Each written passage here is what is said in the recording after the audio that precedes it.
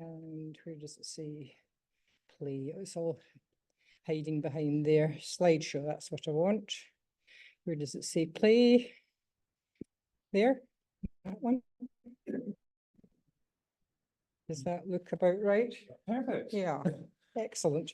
Now I'm just going to turn this around so you can see Scott. Perfect. Okay. Can you see Scott? If he doesn't move too far. Great. I'll root in this spot. Well, thank you, Kate, for the lovely introduction and for all of the tech help. As Kate very kindly introduced me, my name's Scott, and I'm doing a PhD at the University of Glasgow, and my topic really looks at these big landed estates, mostly in Ayrshire, Renfrewshire, and in the islands in the Firth of Clyde, so about Arran, Bute, and Cymru. Looking at them sort of latter half of the 18th century, first half of the 19th century. And that's really where this topic comes from. The Dumfries estate is one of the case studies for my project, but the talk really is more inspired by my work as a tour guide at Dumfries House. I love the house, I love the selection, but also very interested in the financial side of running an estate, where these big aristocratic families get their money from. Hoping to try and answer that question with this talk. So I'm just going to be looking at the Crichton family, that is the Earls of Dumfries and later the Marquesses of Bute, and their connection with Cumnock. A good place to start with that in mind is with the Market Cross. It was erected by Patrick MacDougall Crichton, the 6th Earl of Dumfries, in 1778. And we can see from the photographs taken from the Cumnock Chronicle, from an article, you can see it's decorated with the arms and the motto of the Earls of Dumfries. So we've got God send grace, their motto. So it does show us, for some background, Cumnock had been made a borough of the barony in like 1509. So that had given the big local landowner the right to hold a weekly market in Cumnock. And the market takes place around the Market Cross, the stalls around there. So there'd been a cross on the site before 1778, but Patrick, the 6th Earl, he builds a new cross. And it does show us that some interest in promoting trade and commerce in the town on the part of the Crichton family. They clearly want to have a much grander new cross to show off to any people attending these weekly markets. But it does also show a desire to stamp their authority on the town. I mean, it's decorated with their arms, and they're proclaiming to anyone coming to Cumnock, they are the big family in the local area. They can almost say, this market is happening through our grace, through our favour. So these are going to be two themes going to come back to throughout this talk. The Earl Crichton family, they are trying to promote trade and industry and commerce, but also they're trying to establish their own authority in the town of Cumnock. I'm going to keep coming back to those 2 points. As a quick outline, I'm going to start with some basic family background of the members of the Crichton family I'm talking about tonight, and then dive straight into a bit on farming, a bit on commerce and some industry, then some mining, Cumnock pottery, and I'll finish with their charitable work and their role in local politics. There's a relationship with the Cumnock radicals in particular. And the map on the right-hand side of the slide, it's a map of Cumnock from the second half of the 18th century. It's not dated. Don't worry, I do show a more zoomed-in version of that map later on. It's taken from the Bute Family Archive at Mount Stewart. And this talk really is based on the research I've done at the archive at Mount Stewart. So, thanks, Ruth. We're looking at a period between 1750 and 1850. So that means we're primarily concerned with 3 Crichton men and a pretty remarkable woman. The first of these men is William Crichton Dalrymple, the 5th Earl of Dumfries. He was the Earl from 1742 until his death in 1768. And he's most famous as the man who commissioned Dumfries House from Robert Adam, and he purchased all of that great Chippendale furniture. Well, he does seem to have been mostly interested in the house and with the pleasure grounds around about it. There doesn't seem to be much evidence in the archive of his real interest in the wider estate or in Cumnock that much. He doesn't seem to have done his best much to promote much industry or manufacturers in the town. So he'll come up a little bit, but it's just good to know about him. He's the first Earl at the start of our period. And he dies 1768 and dies with no children. So the estate passes to his nephew, Patrick MacDougall Crichton, the 6th Earl of Dumfries, the man who erects the new town cross. Well, he is the Earl for the rest of the 18th century. He dies in 1803, and he's much more involved in the management of the estate than his uncle. Was very interested in the town of Cumnock in particular. We know this from a notebook that's been preserved in the archive at Mount Stewart, and this is its very long title. Memorandum of various different improvements in agriculture, etc., and attempts to promote a spirit of industry, also speculations and experiments made by Patrick, Earl of Dumfries, on his estate since 1768. It's a bit of a mouthful. And it does what it says in the tin. It's a list of 182 items, in which Patrick lists each of his schemes to try and promote, improve his estate and improve the town of Cumnock. And interestingly, he doesn't just list his successes, he also lists his failed schemes. So it does provide fantastic insight into what was happening on the estate at the time, mostly from the 1770s. It seems to be written about 1779. And yeah, provides a fantastic insight. It's a very interesting document because it doesn't seem to be written with any idea of publication in mind. It's written in a notebook, it's not even written in a letter to a friend. And it doesn't seem to have left this study at Dumfries House. It seems to have just been written for Patrick's own amusement.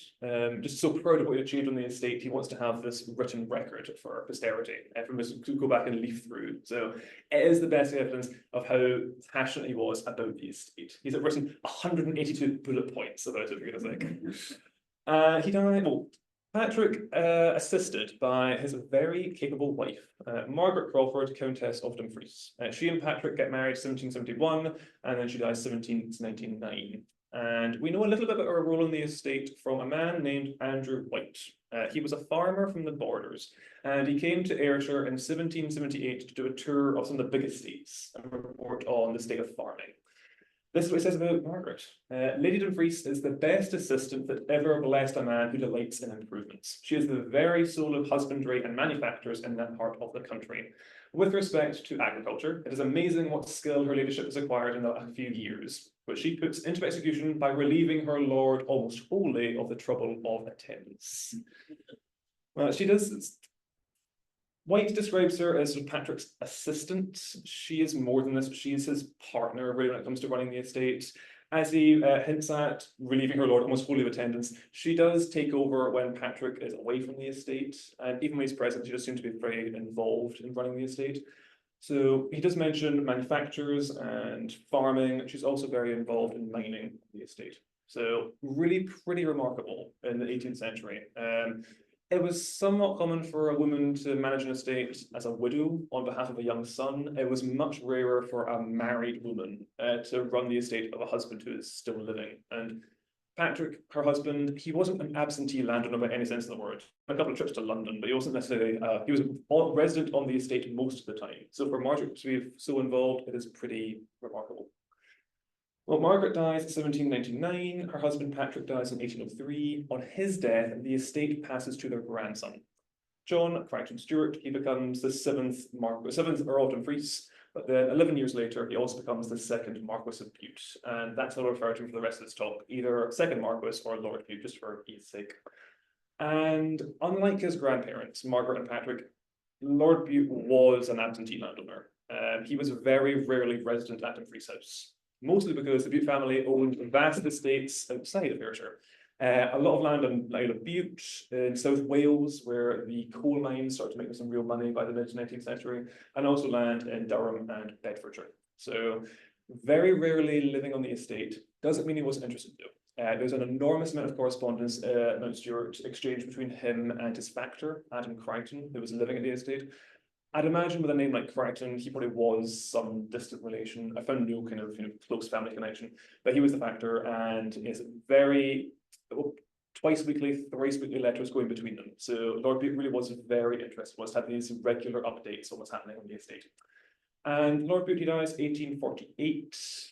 Kind of a tidy way to end the talk. I'll go maybe as far as 1850, because that's when the railway comes to Cumnock. That's when Cumnock gets its first railway station. So, and that really does transform the local economy. With the railway, farmers, manufacturers, merchants, they can access national and even international markets for their produce, for their manufacturers. So just transform the rural economy. So tidy place to end. I'm really interested in the period before the railway, so the century before 1850. And since I've thrown a lot of names at you, I've got this little family tree. So in yellow, the 5th Earl of Dumfries, the man who builds the house.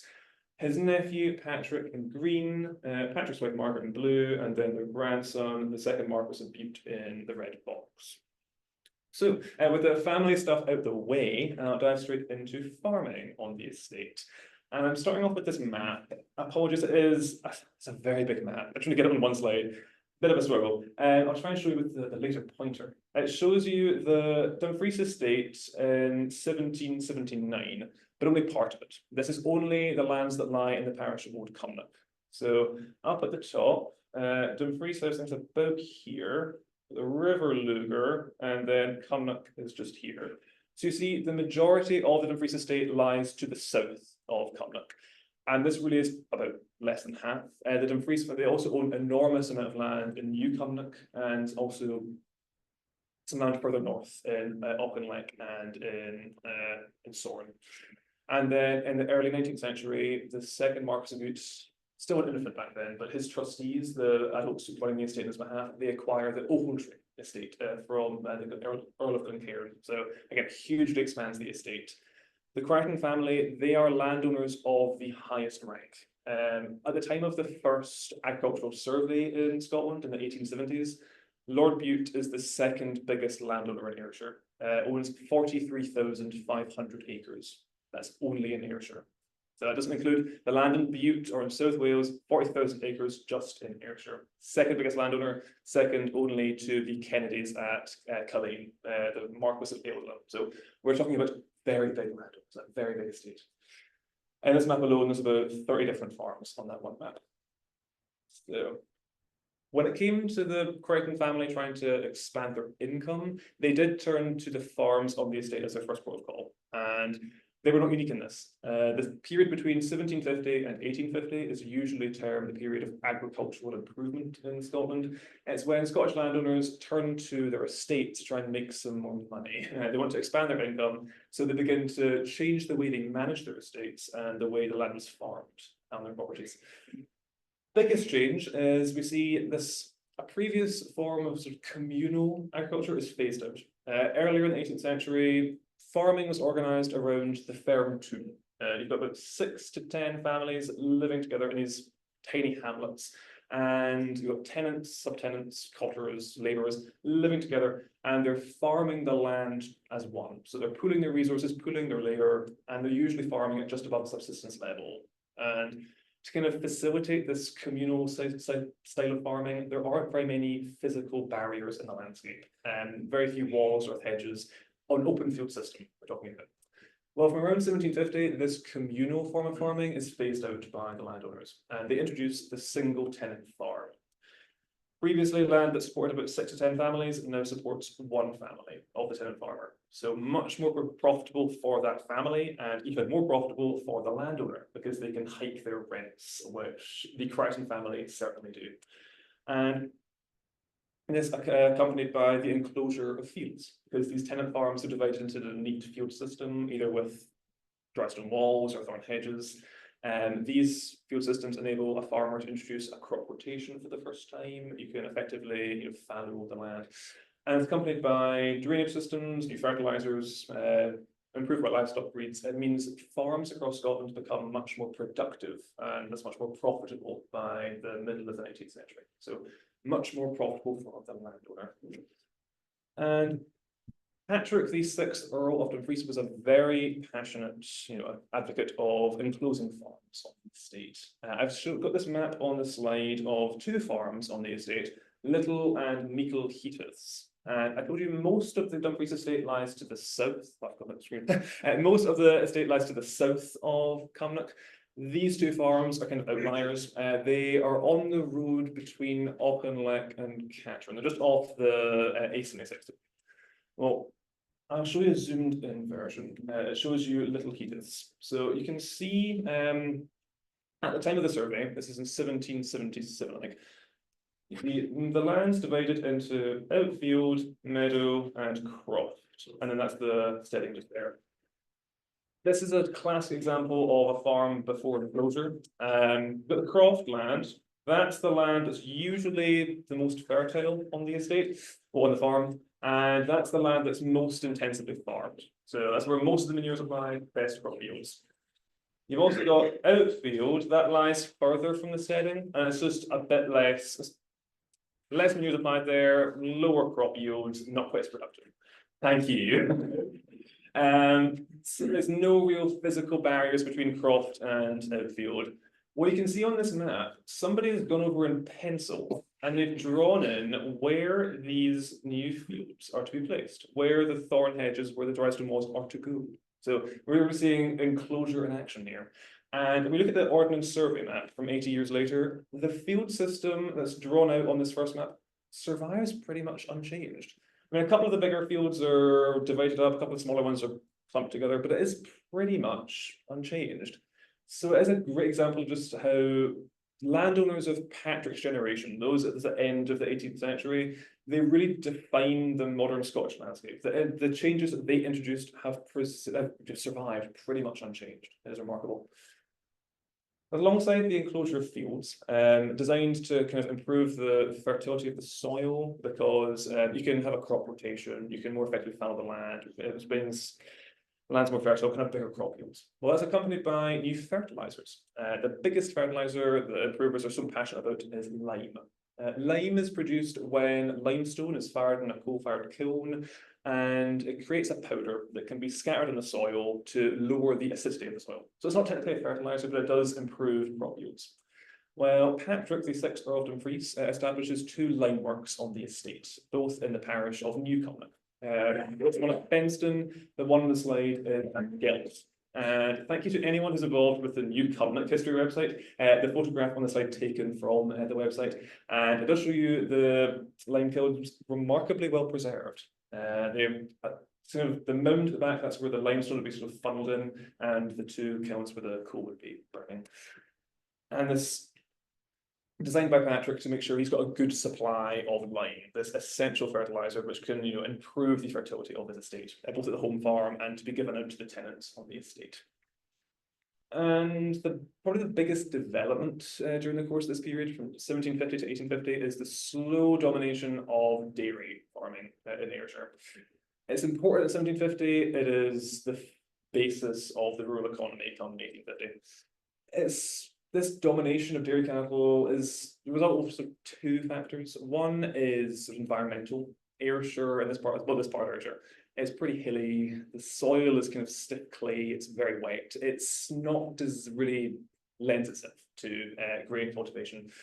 And also there is an economic reason leading to this move away from grain to livestock in this part of the world. And between 1750 and 1800, you see the Scottish Central Belt undergo industrialization and urbanization very rapidly. You've got a much larger proportion of the Scottish population living in towns and cities by 1800. They're not living off the land. They're working off of town, working in mills. They're not making a living on the soil anymore. So they have to be fed. And these people, they're usually fairly poor. They can't afford to have meat every day. They can't afford to have dairy. So to feed this urban population with milk, with cheese, that's what Ayrshire farmers come to specialise in.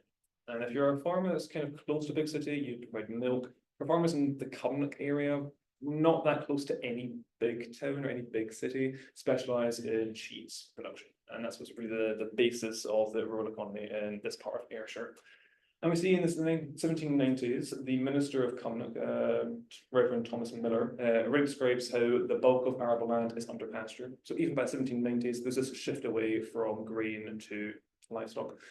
And by the 1830s, when we've got Reverend Ninian Bannatyne, tells us the farmers depend chiefly on the produce of the dairy for the payment of their rents. So cheese, the milk, it's the basis of the rural economy by the 1850s. That's the whistle-stop tour of farming in Cumnock. Farming really is the basis of my topic. So if you have any questions, let me know at the end. But I'm just going to move on from farming, and I'm going to talk about Cumnock itself, why we all came tonight. The earliest report I could find of Cumnock is in 1754. That's when William the 5th Earl of Dumfries commissions William Logan to do a survey of the town. This is what Logan found. I'm sorry to find that your houses in that place are in a very bad condition. Some of them ruinous, others little better, and the most part of these last kind possessed by people incapable of making the necessary repairs. Goes on to say, in order to encourage honest, industrious tradesmen, who are the only proper possessors, to take these houses in the situation they now stand, your lordship would please to allow an acre of land, or so much as you shall think proper, to each possessor, along with the houses at the present rent. It tells us a number of things. Firstly, Cumnock seems to have suffered from years of neglect by this point. The houses are in a pretty poor state. The Earl of Dumfries has clearly not been that interested up till now. He's not been maintaining his houses in Cumnock in a regular state of repair. And Cumnock also seems to have been there's a lack of industry in Cumnock at this point. The people are fairly poor. They don't have enough money to keep their houses in good repair. But there does seem to be a late interest on the part of the Earl of Dumfries in the town of Cumnock. He does want to try and encourage tradespeople to come and settle. Thinks about using an acre of land attached to the houses as a way of encouraging them to come. Tradespeople can have, enough grass to graze a cow or keep a kitchen garden. So there is a desire to try and make Cumnock more prosperous, try and encourage manufacturers to come and settle in the town. And I think the date of this survey is pretty significant, 1754. Anyone familiar with the history of Dumfries House knows that that was the year when the foundation stone was laid for this new house. So I think for William V Earl to take this new interest in the town of Cumnock when he's building this house is not coincidental. Building the Dumfries House, he wants to proclaim he is an enlightened, wealthy, cultured landowner. He doesn't. If your guests are forced to drive past a collection of hovels to get to that new house, it kind of undermines that reputation. If nothing else, the Earl of Dumfries is like a pretty shoddy landowner right now, not even keeping his houses in good repair for his tenants. So this new interest in the town in 1754 is tied to the building of the new house. And his nephew Patrick shares his desire to make Cumnock look pretty, essentially. We see in Patrick's notebook from 1779, he states, to beautify the village of Cumnock and induce the inhabitants to build houses of 2 stories, Lord Dumfries gave in 1770 slates to Dr. Wilson for his house, 1773 for Andrew Crawford, 1779 John Thompson, writing slates to beautify the town. If there are houses of 2 stories with slate roofs, it makes Cumnock look like quite a prosperous place. And we must remember, Patrick was the man who built the new town cross, the New Market Cross, and he's decorated that cross with his coat of arms. He is tying himself in a very visual manner to Cumnock.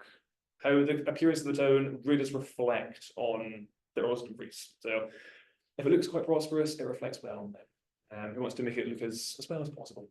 And also, you could see as a fairly frivolous thing, Patrick, he was on the estate most of the time. I think you'd like to have a nice view from your house. To have the local town looking quite nice is just quite a nice thing to have. And Patrick also is not just being interested in aesthetics, he's also interested in genuinely trying to promote industry and trade. He builds a new inn in Cumnock between 1769 and 1773, only 1 year after he inherits his new estate. He spends a colossal £1,680, 8 shillings and 2 pence on this new inn. That's a stunning amount of money. Just for context, in 1768, when he inherits the estate, the annual rental is about £2,000. He spends almost an entire year's income on building a coaching inn. It's mad. And it does seem to be based on his desire to try and attract some of the commercial traffic going north and south from Glasgow towards Dumfries. I'm going to go out on a limb and I'm going to say this new inn he's building is this building. Because I know from looking at your website, you do say that there's been an inn on this site since 1717. If anyone can show me that, I'd love to know if there has been an inn here since then. I'm going to go and say the building right now is from 1768. We do have this map that I showed you earlier. Circled is the new inn, and that is this exact inn, the Dumfries Arms. And it's a big building. And for Patrick to spend £1,600 on this inn, you'd like to hope you get a big hotel. So I'm going to go out on a limb and say it's this very building. And if that's the case, it feels pretty appropriate doing this talk right here. Yes.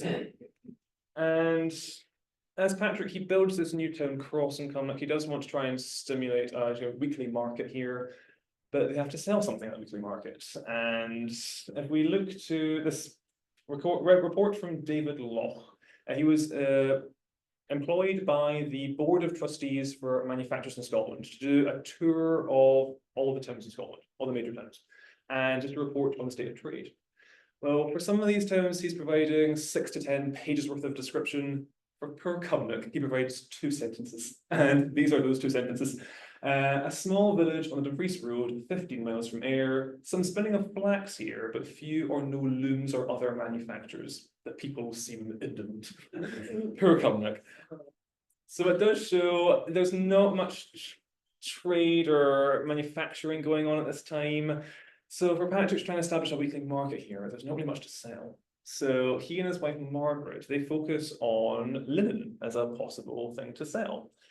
But as David Locke says, there's some spinning of flax going on. So there is this conversion of the flax into thread that can be used to weave linen textiles. It's just that there are no looms. So they've got the thread, they just don't have the looms. So Patrick tries to encourage weavers to come and settle in Cumnock with their looms. Between September 1783 and November 1785, over these 2 years, he gives about £50 worth as premiums, encouraging weavers, usually from up towards Paisley and Glasgow, to come south and settle in Cumnock. And he's able to attract 12 weavers, so it's a good start, trying to establish a community of textile weavers in the town. Besides that, they also build a new ginny house in the town. If any of you have heard of a house in the town referred to as the Jenny House, if you have, please let me know, because I couldn't find anything. So I will challenge people after this talk, I'd imagine. He spends about £200 on building that new house, and it's 3 stories. So the middle, the ground floor and the second floor are designed to hold 12 looms each, and the first floor in the middle designed to have accommodation for 2 families of weavers. So there's some substantial investment in trying to encourage weavers to come and settle in the town. They're reasonably successful. We know from David Locke there were no looms in Cumnock in 1778. Well, Patrick boasts in a letter to a friend 6 years later that he's been able to attract 40 looms are now in Cumnock at that point. So after 6 years, 40 looms, pretty impressive. And then by 1793, we know from Reverend Miller in his report on the town that there were 74 looms at that point, worked by 35 weavers. So in 15 years, a jump of up to 74 looms established in the town, pretty impressive. And I'd say those looms would not be there if it wasn't for Patrick, providing the investment, providing the premiums to encourage weavers to come and settle in the town. But we have to keep some perspective, because in 1783, there were 171 weavers in Kilwinning and 146 in Beath. So compared to the rest of much of Ayrshire, to the north especially, Cumnock's 35 weavers is modest at best. And it's the same as you get into the 19th century. By 1837, we've got 120 looms in the town, so a big expansion. But by that point, there are over 1,000 weavers in Cumnock. So it's Patrick achieved much, and the Crichton family, they were able to establish a modest community of weavers in the town, but compared to the rest of Ayrshire, compared to the North Ayrshire especially, it's a modest success. And I think a lot of this is to do with the just geographical location of Cumnock. It's just too far south from the central belt to really tap into the textile trade. It's a good 30-40 miles from Glasgow, and Paisley, the centre of textile manufacture at this time. To transport the cloth north of that time before railways just wasn't necessarily that economically viable. And this is a theme I'm going to return to. The location of Cumnock really a stumbling block for the Crichton family, for what they could actually achieve. But not just manufacturing and farming as a source of income for the family, they also look to mining, because as Reverend Miller tells us, the whole parish of Cumnock may be said to rest on coal. Well, there are 4 main coal mines on the Dumfries estate at the end of the 18th century. Garlath, Auchengilty, Colburn and Woodside. Garlath is the biggest one, and it's actually in the parish of Cumnock. In 1767, just a year before he dies, William V Earl of Dumfries, he spends £140 on purchasing a new water engine for Garlath. So it's designed to pump the water from the deeper seams. It enables the colliers to dig further underground. So it's showing some investment on the part of the Crichton family. They're wanting to expand the output of the mines on the estate. So some investment on their part, a clear interest in expanding the coal mines on the estate. And his nephew Patrick, the 6th Earl, we know from his improvement notebook that he sent a shipload of coal to Drogheda in Ireland. And he does take pride in that fact. We also hear this from Reverend Miller. He tells us that Often Frees exported coal to Ireland.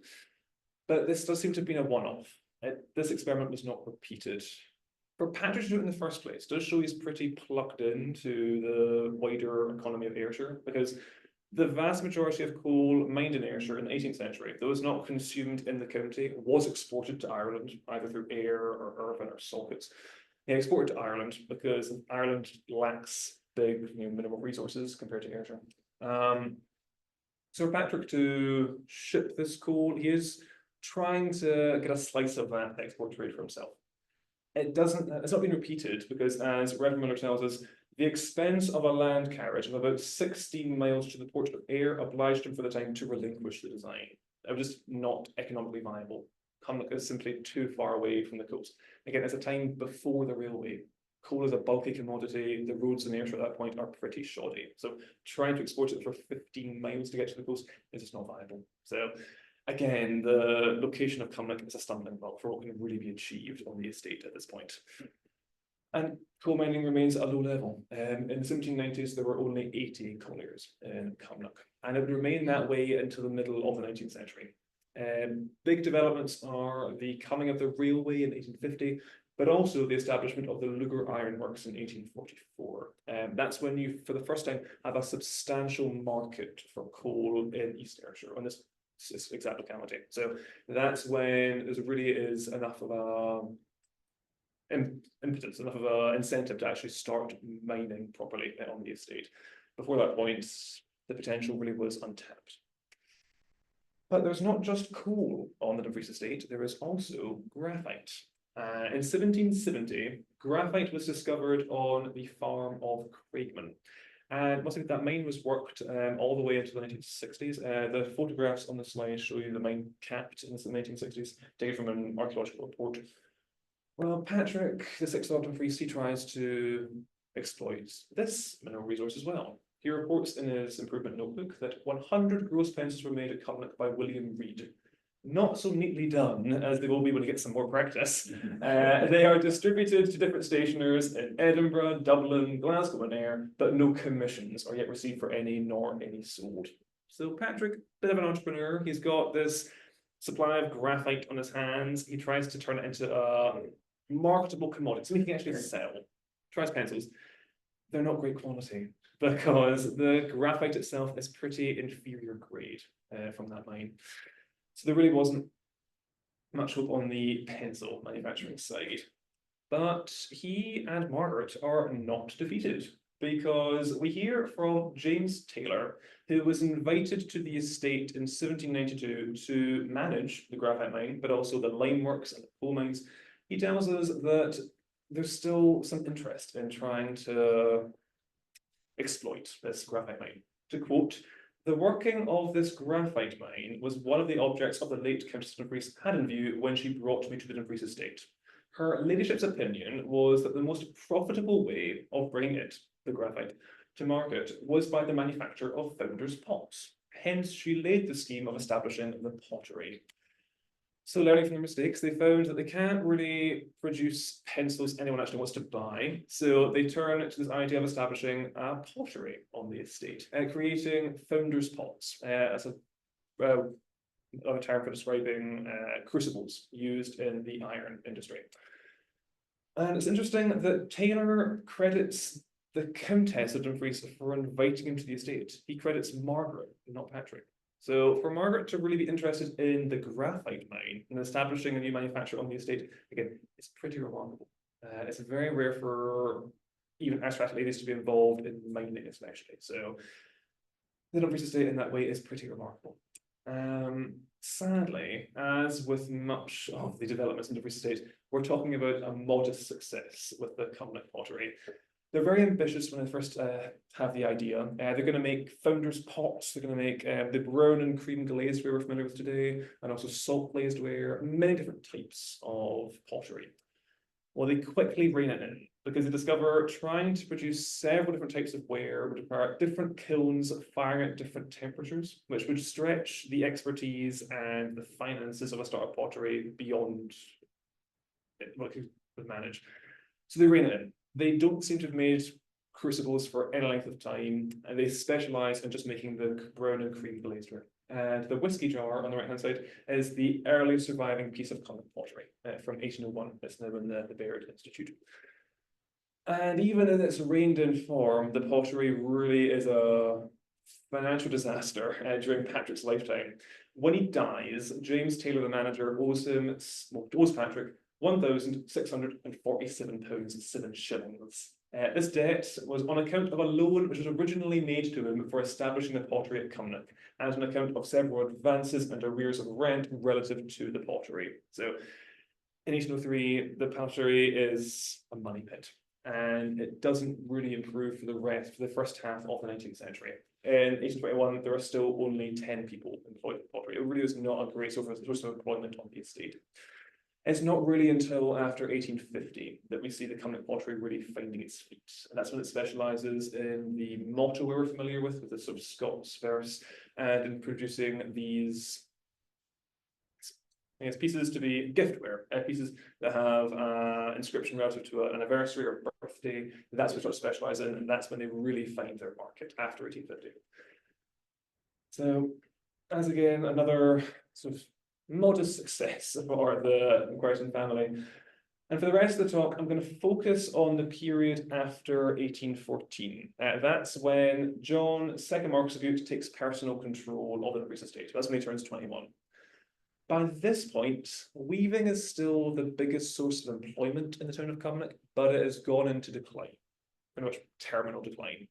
And that's because handloom weavers are struggling to compete with machine-made, especially cotton textiles and cotton mills. Well, on several occasions, especially in the mid-1820s and 1830s, the second Marquess of Bute actually has to intervene and provide other sources of employment on the estate for these weavers, because there's simply no demand for textiles from that point. So he employs them mending roads and building an embankment for the River Lugar, trying to provide some sort of paid employment for the people of Cumnock.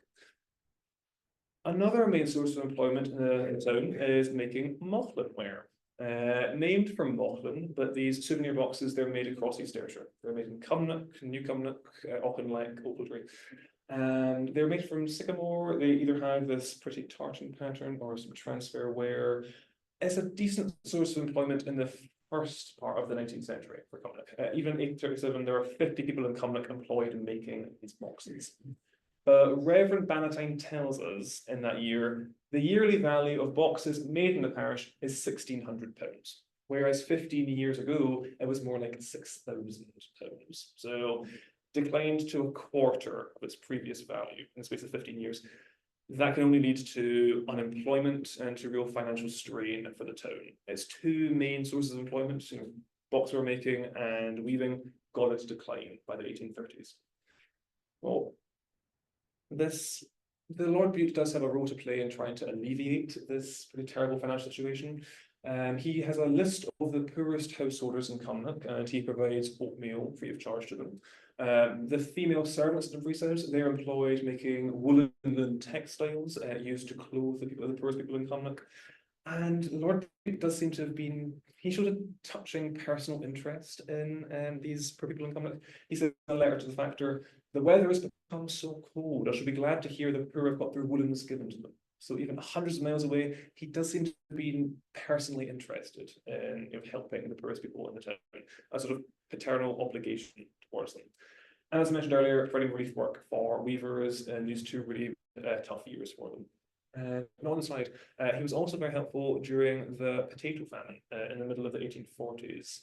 Potato blight affected, obviously potatoes in Ireland and in the Highlands, near famine conditions in the Highlands. Well, there's this same disease for potatoes in Ayrshire. It's not fatal, but about the 2/3 of the potatoes, the crop was just wasted. So Lord Bute, he provides potato seed free of charge to the tenants of the cottagers in the estate, who much of their diet was based on potatoes. So doing his best during a time of crisis to intervene and help the tenants people. And not just for basic charitable sort of looking at the sustenance of the people, also concerned with leisure in the town of Cumnock. His wife, the Lord Bute's wife, Lady Maria North, his first wife, she establishes a marching band, a brass band in Cumnock. established at some point before 1834, because in that year there are some letters going back and forth. There's a scandal because people don't know, even though Lady Bute has paid for the instruments for this band, they don't know whether she still owns them or whether they're owned by the members of the band. It's a big kerfuffle. So we know a band on the estate, at least from that point. And it's nice to know today with the Cumnock Trust, Cumnock has its own long musical heritage. It's quite lovely. And interesting fact, in 1844, there was a big festival in Alloway to celebrate the big anniversary of Robert Burns. Well, at that big celebration, hundreds of thousands of people going to Alloway, 3 bands performed. One from Glasgow, one from Kilwinning, and one from Cumnock. So it either means that there were just so few bands back then that they turned to Cumnock, or the band was really rather good, and they were given this big gig for them. So a long musical heritage for Cumnock. And Lord Bute establishes a curling pond beside Cumnock. We see it in the Ordnance Survey map from the 1850s. He pays for the tiles to build it, also pays for the labour and gives the land for it. So concerned about the providing some leisure for the townspeople. The image on this, for this previous slide and this slide, they're taken from a book of postcards published by 40 years ago. They show you different views of Cumnock past and present. Well, again, there's no real economic value to a curling rink. He's not making any money from this. He does just seem concerned with trying to, improve the standard of living of the townspeople, give them a hobby. So Lord Bute, up to this point, coming across as a pretty decent landowner. But we turn to politics, and Lord Bute was very uncompromising, very unsympathetic with those who do not share his political opinions. I'm going to look at the period after 1832, a big year for politics because that's when the Reform Act was passed. It lowers the minimum amount of property you have to own or rent to get a vote, and it hugely expands the number of voters in Scotland, from about 4,000 before the Act to 65,000 after the Act. Still a tiny percent of the Scottish population, but a huge expansion. Before this point, landowners could be pretty certain of guaranteeing a good number of votes on their estate, a mixture of corruption and bribery, and bending the law. Well, after this point, with this huge expansion of the electorate, these landowners, they can't be as certain of actually getting a good block of votes for their chosen candidate on their estate. The second Marquess of Bute was a Tory. And in the election of December 1832, the first election to come after the Reform Act, he is supporting Colonel Blair for the County of Ayr, for the seat. Well, we have a letter from Adam Crichton, the factor, saying that he's gone to all the tenants on the estate eligible to vote, and he's told them, get registered, get your name on the roll. And also said, I have also taken care to convey to every one of your lordship's tenants your anxious wishes for Colonel Blair's success. Yes, euphemistic way of saying, I imagine some light pressure applied to the various estate tenants. Vote for Colonel Blair, vote Tory. Well, it's this sort of semi-feudal mentality of the tenants owe a certain obligation to the landowner. Back in the medieval period, that would mean, supporting your liege lord with, men in arms. For the Victorian period, it's more supporting them, their interests, their political interests, and that means vote for the landowner's candidate. That's the mentality.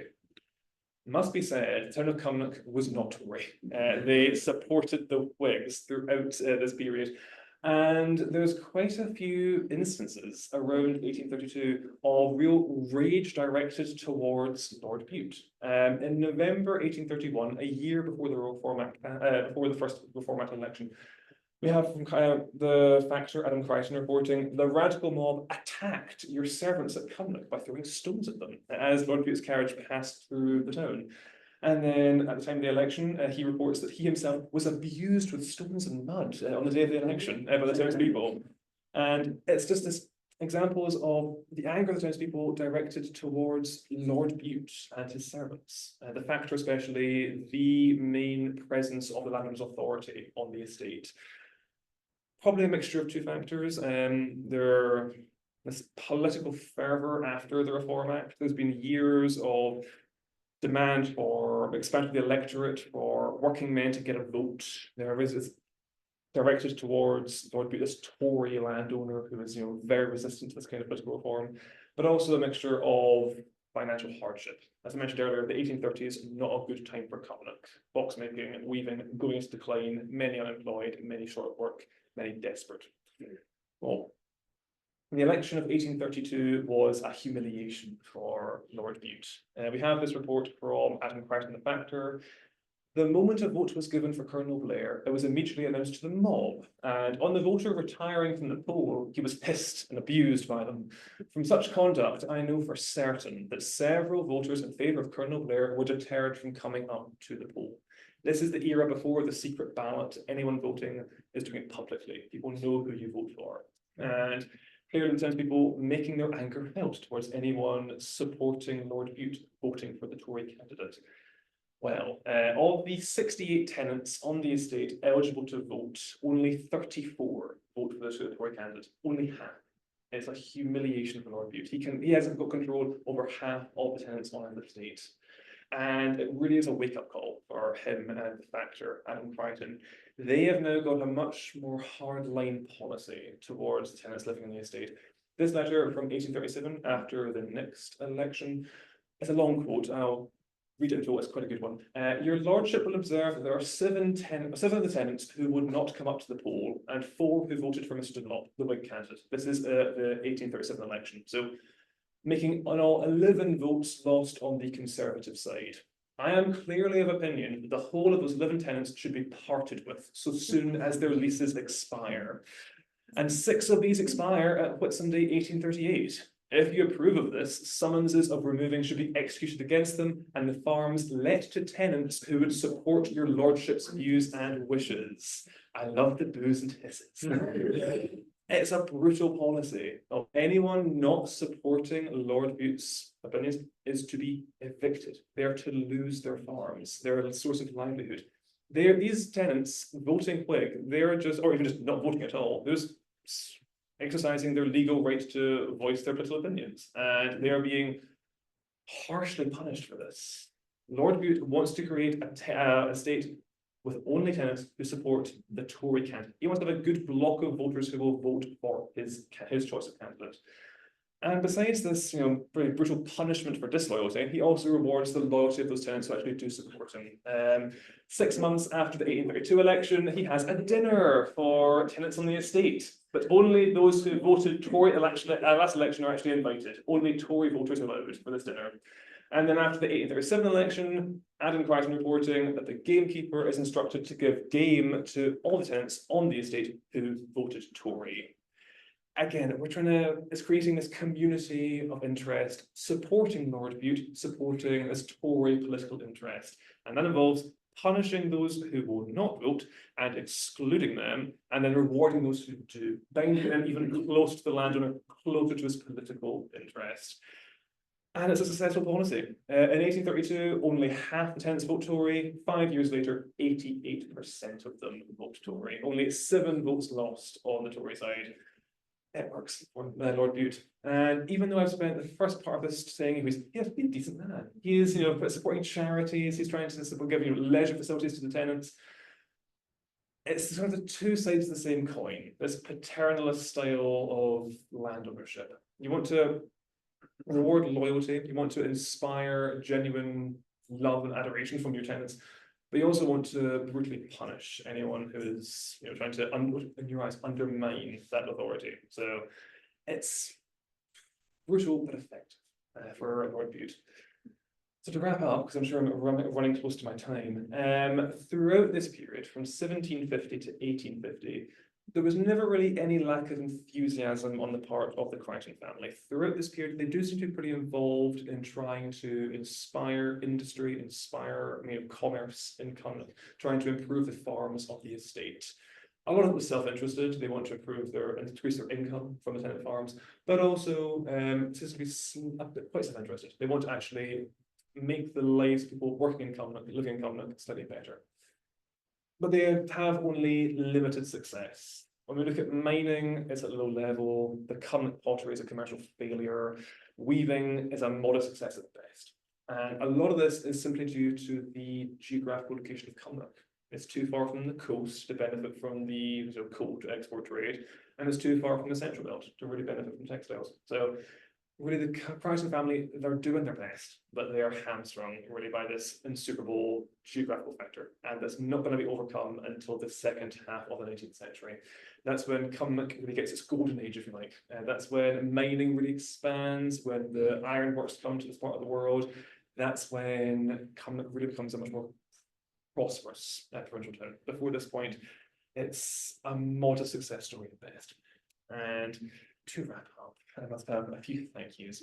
Well, first big thank you to everyone about Stuart. I'm not sure if the archivist actually online. Lindsay, the archivist, has been a huge help because this whole presentation, this whole research is based on research on about Stuart and the archive. So good luck to them. Thank you to all the guides and different researchers who came along this evening. A constant source of inspiration for me. It's very lovely seeing you all. And thank you to everyone involved with the Cumnock History Group. Anyone involved in writing this book, Ploughing Up Our Past, huge thank you to you, because having a list of all the farms in this part of the world in Ochiltree, Auchinleck, Cumnock, New Cumnock, is a huge help to my research. I go to that book on a weekly basis, so a huge thank you. And thank you for having me. It's been very nice.